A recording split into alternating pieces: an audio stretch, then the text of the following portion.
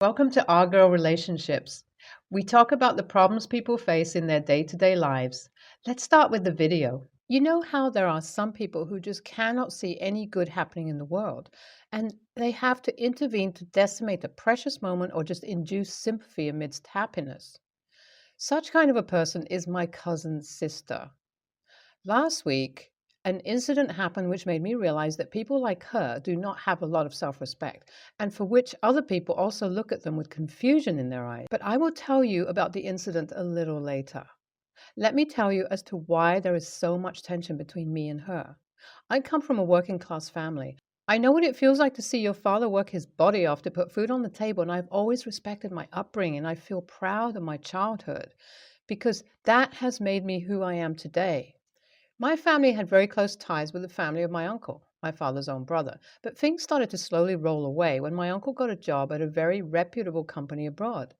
Obviously, for some reason, his family could not accompany him, but he would send them the household money required to pay the school fees of my cousin, money for groceries.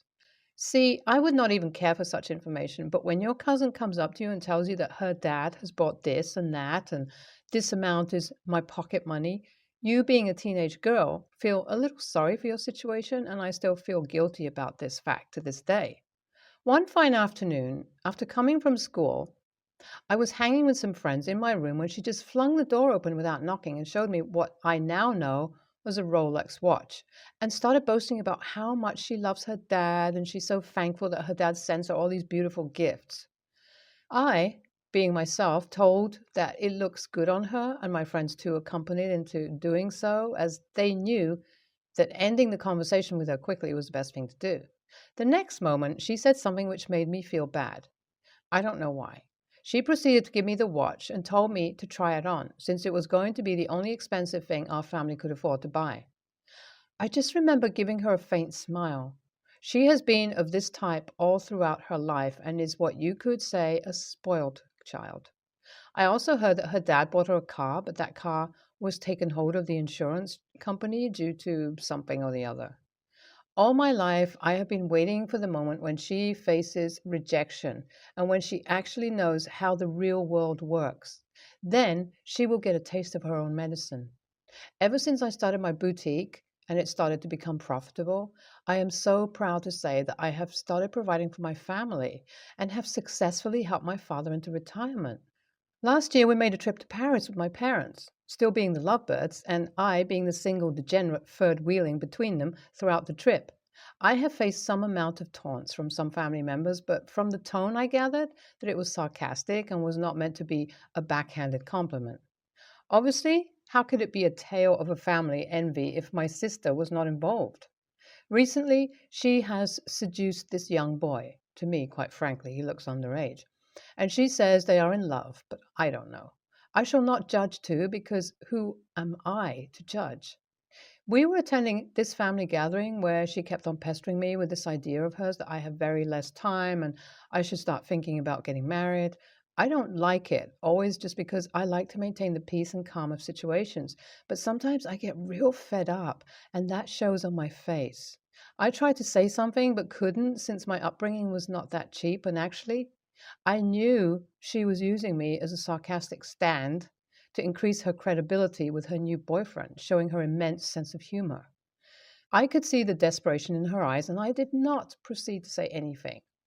The conversation could have become ugly, but that was self control, which I have. Now, on to her life defining incident that happened last week. I hope that you have got a character study of her and thus will know that whatever went down was the actual truth, and I'm not mincing words at the moment. Out of my few possessions, I have a diamond necklace that my father and mother bought for me. That was the only present I adore with all my heart, and I'm very hesitant to share it with anyone. The problem with that is when a person comes up to you and point blank asks you to give it to her, then it's quite difficult to say no to them. Such an event happened with me when we had to attend our uncle's wedding party, and she came up to me and asked to wear the necklace. Her reason was that the necklace was way too expensive for me to wear and it did not really suit me. I had no harsh words for her, even though I was getting treated with such humiliation, but still, I thought of lending it to her, as her and her uncle were quite close, so it was inherent that she was trying to make her best impression. She did not even thank me. After wearing it, She looked at the mirror and said that the beauty of the jewels is reflected on the body of the beholder. At this point, I'm least bothered. The only words I uttered were that, don't lose it. It's very important to me. She did not reciprocate, and on we went to attend the party. Let's just say that the party was not kid friendly, and people had a few drinks, which made them lose their masquerade and show their true self in front of others. My dearest cousin, too, had a few drinks, and I was waiting until the time that she was also under the influence of alcohol, and she also started to show her true colors. What went down was crazy and straight out of a dramatic movie. The best part of the whole gathering, there was a swimming pool at the center of the venue, and so naturally, people were having their own fun. There were people who were playing with a ball, taking some time for themselves in the jacuzzi, and the atmosphere was way too decent for such an over the top party. Things started crashing down when her boyfriend came a little late and also brought a couple of friends along.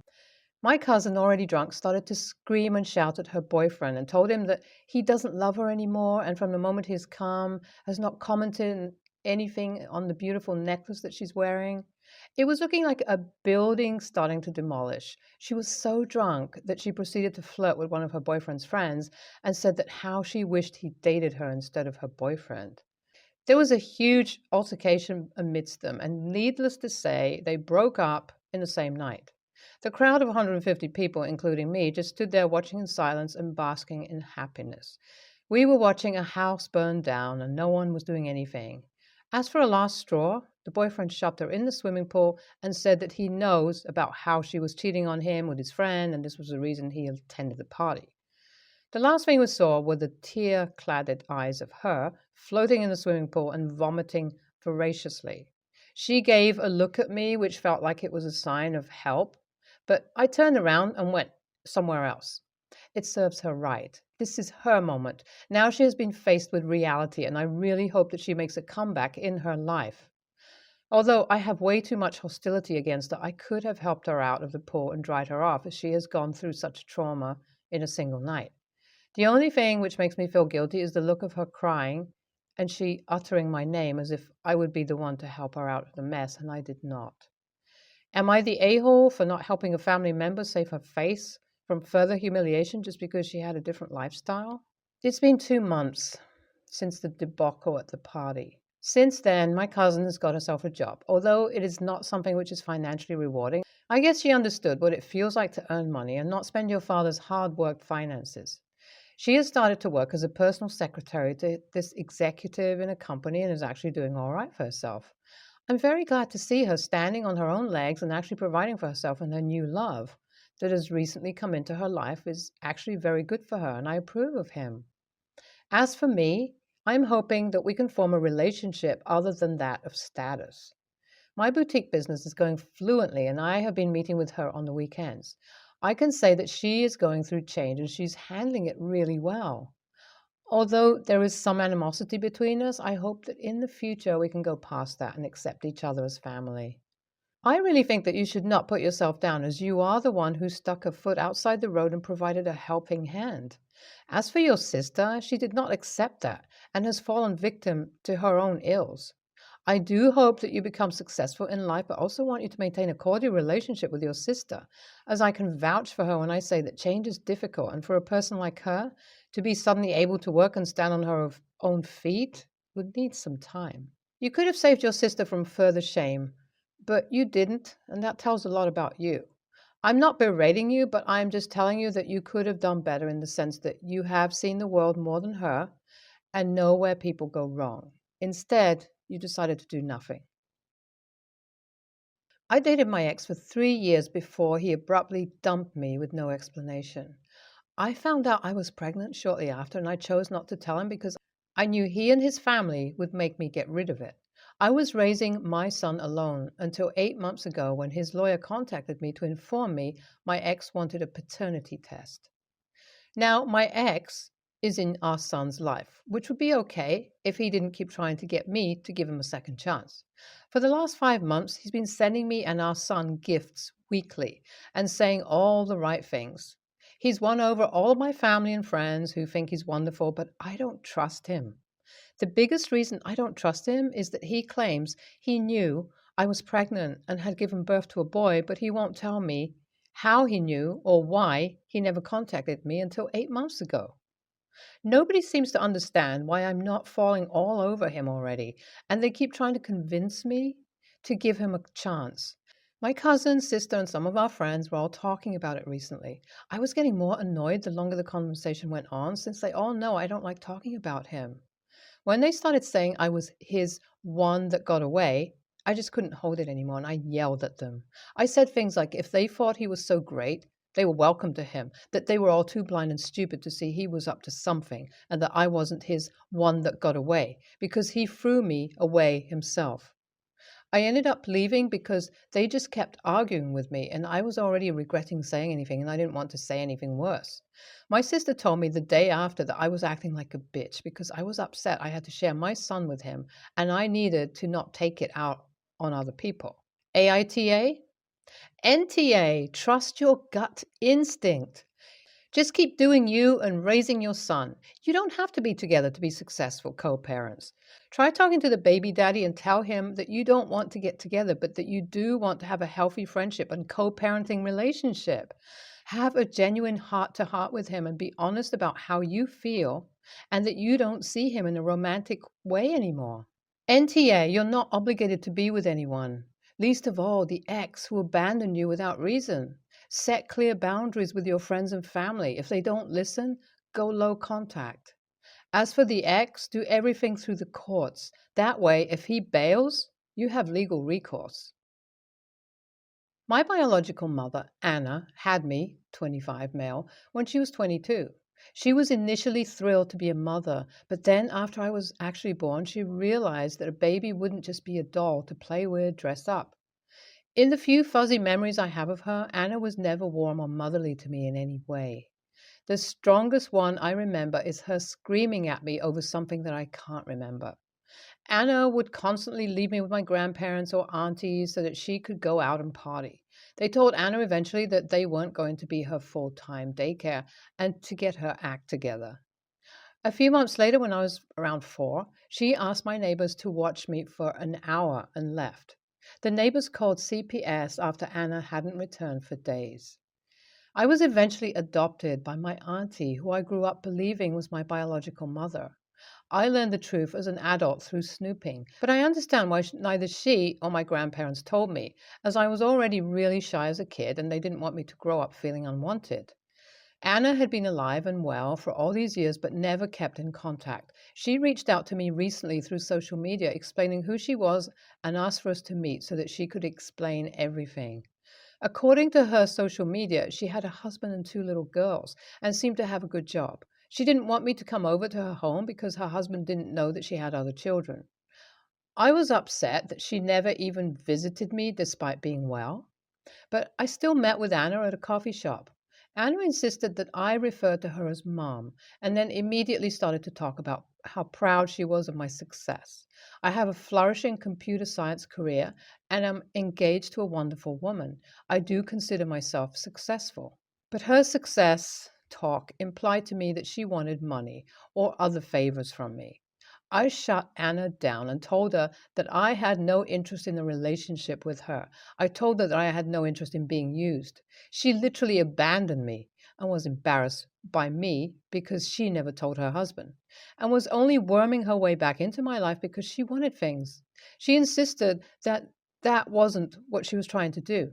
I told her to accept that I would never care about her and to focus on the 2 kids she didn't abandon. Anna was in tears, but I didn't care, and I left.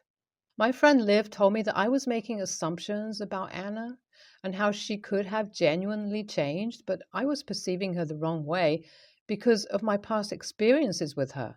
I will admit that was possible, but I don't owe her my time anyway. A cousin called me an AH for telling Anna that I would never care about her because she had still been an immature young person when she had me, and you would never forget hearing that from your child. I think I may be an AH for how I handle this, so I'm asking you here. AITA? NTA, you grew up in a loving home after your Anna abandoned you so that she could party in her 20s. Now she wants to come back into your life, but she hid you from her husband? No. She doesn't get to dictate to you what you call her. She's literally a stranger to you because she chose to be one. At any point in time, she could have tried to get to know you and develop a relationship with you, but she chose not to. No one, and I do mean no one, gets to tell you that you are an AH for not accepting her back into your life. Just because you're biologically related to her doesn't make her family. You're an adult now, and you're doing well for yourself without her in your life. NTA. Actions have consequences. Your auntie is your mother and was the one who raised you. Anna wasn't there for you. Auntie was. Now, all of a sudden, Anna thinks that she can walk back into your life and she's keeping you a secret from her other family? There are a lot of red flags. You are not obligated to give her any emotion or time. She had a choice: grow up and be a mother or abandon you. She chose the latter and just suddenly decided she wants to be your mother? Nah. NTA, she literally left you with the neighbors at 4 years old. She didn't realize it at 4 months and gave you up. She waited until she really could have damaged you emotionally, and sounds like she did for a while. You owe her nothing, just as much as she thought she owed you the day she left. I'd also be wary of her not telling her family and keeping me some secret. That shows how much she's grown.